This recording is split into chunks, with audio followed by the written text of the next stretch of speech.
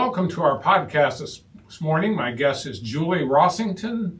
She is president of the Crestline Historical Society. Glad to have you back. Good morning. Thank you, Dave. It's good to be here. I like to get a rise out of you by calling you Madam President.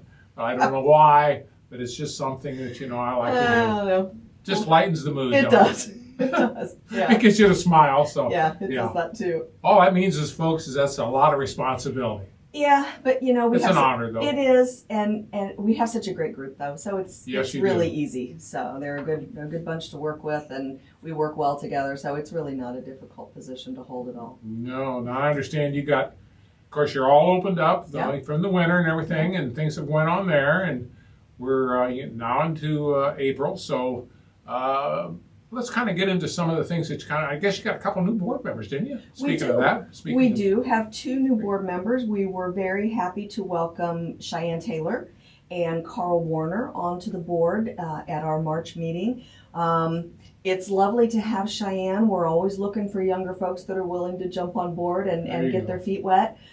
She's already come to one of the Tuesday work days that the ladies have, and Carl has already worked one of the open days that we had last weekend. So yeah, it's fabulous to have them on. We're really grateful for them. Well, you're very fortunate because that is, and I would encourage all people that if you have an opportunity to serve on a board or something and something you do, you should try to volunteer because it's very difficult to get people active in something. And I think the greatest fear of people is once I'm on, then I'll be on there for life. It's not necessarily that way. It is not. Okay. Our standard length is 2 years. So, if you put in your 2 years and it's not for you, then, we'd happily keep you on as a volunteer if you don't want to be a board member. And if you're done, then you're done. And we're grateful for what you've been able to give us. Well, now you've got the third Sundays. How's that going? We do. Oh, it has been fabulous. We had February and March are over with, and then we're planning ahead for April, May, and June. So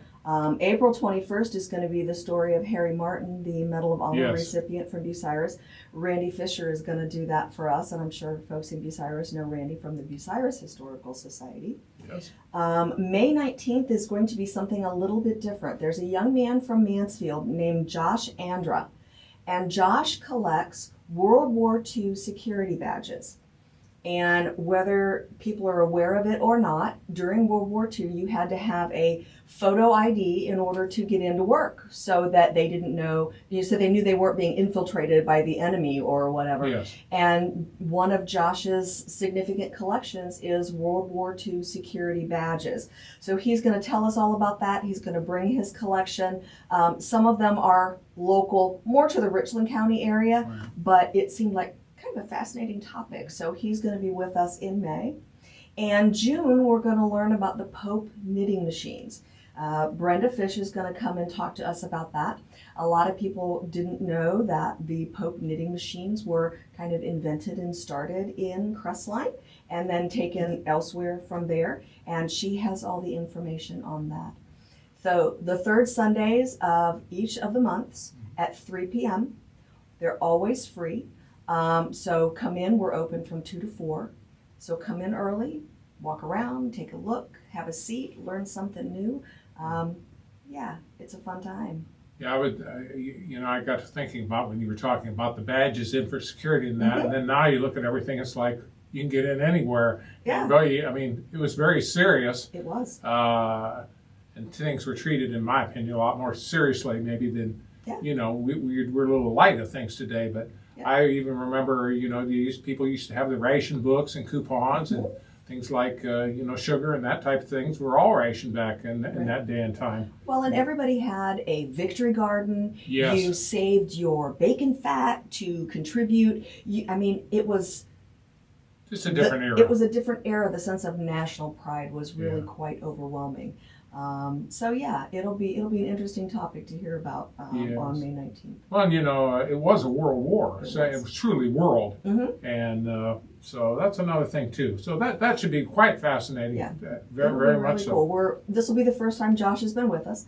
So we're looking forward to meeting him and hearing what he has to say. That's good. Yeah. Guess you got some thank yous to go out, huh? We do. We are so lucky to have wonderful people support us. We want to say thank you to all of the people who sent in their memberships during our membership drive in January, February, and March. So we have a number of new members that is just wonderful to have you. But we have a couple of folks that are just absolutely outstanding.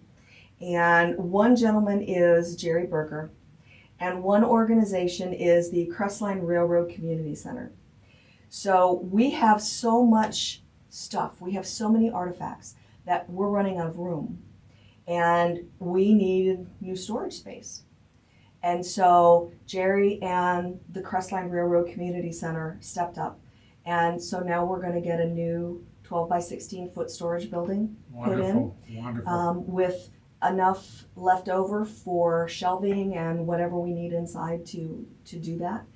And then I went to the Crestline VFW Post 2920 meeting here a couple of weeks ago, and they were very generous in their donation as well. I had gone for something else, and it just happened to come up that I was the president of the Historical Society.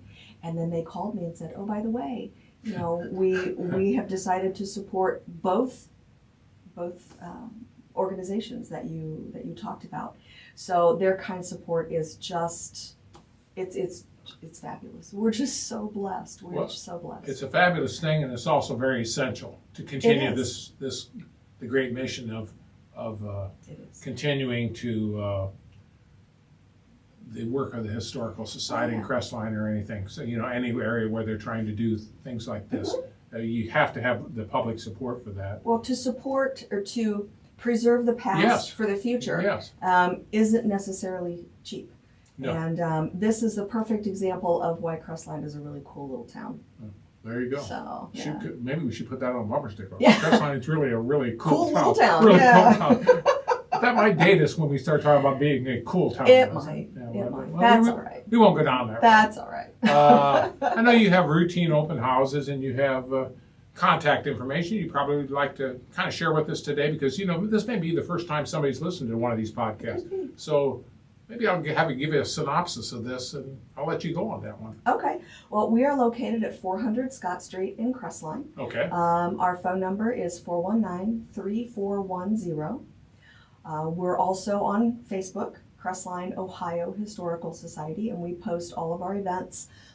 Everything also goes on Facebook for social media. And we are usually open the first and third weekends of every month from 2 to 4 p.m. Now, if you happen to be coming back home and it's not the first and third weekend, or you hear this and you think, oh, hey, that sounds like a cool place to visit, or you have a school group or your Kiwanis Club or somebody thinks it might be interesting to see the Historical Society, please just give us a call, leave us a message. Someone will call you back, and we can set up for a private visit. Somebody will be there, open the museum, give you the tour, and you don't have to necessarily wait until the first or third weekend of the month to come and visit if you're not going to be around those days. So you opened the door to this. What is the phone number? 419-683-3410. Okay, and I take it you're also on social media? We're on Facebook, the Crestline Ohio Historical Society. All of our events are posted there, and our hours are posted there, and the phone number's posted there. So yes, you can find us there as well. I know you're from a railroading community, and I don't feel like you're being railroaded today, but we pretty much got everything we wanted to get covered today, didn't we? We did. Thank you very much. Well, I want to thank again Julie Rossington, president of the Crestline Historical Society, for being the guest on the podcast. Always fun to have you on because there's always something new and interesting. I would encourage folks to go over and check it out. They have many things. You have a lot of ways that you can. Again, you can go on Facebook and various things you can look at, and so to find out what's going on. And always fun thing because with history, something always gets uncovered that you maybe never even thought of. Yeah. I'm responsible for the history area or the military history area in the museum. We found a military uniform that came with a Purple Heart. Wow. So, there's always something new. Every time we dig in the stacks, we always find something new and interesting to put out there. So yeah, one thing leads to another thing leads to another. It does, and then you start researching, and the next thing you know, you're down the rabbit hole. And yeah. So, I got you 100% on that. Yep. Again, thanks for being on the podcast today. Always a pleasure. Thanks for having me, Dave. I appreciate it.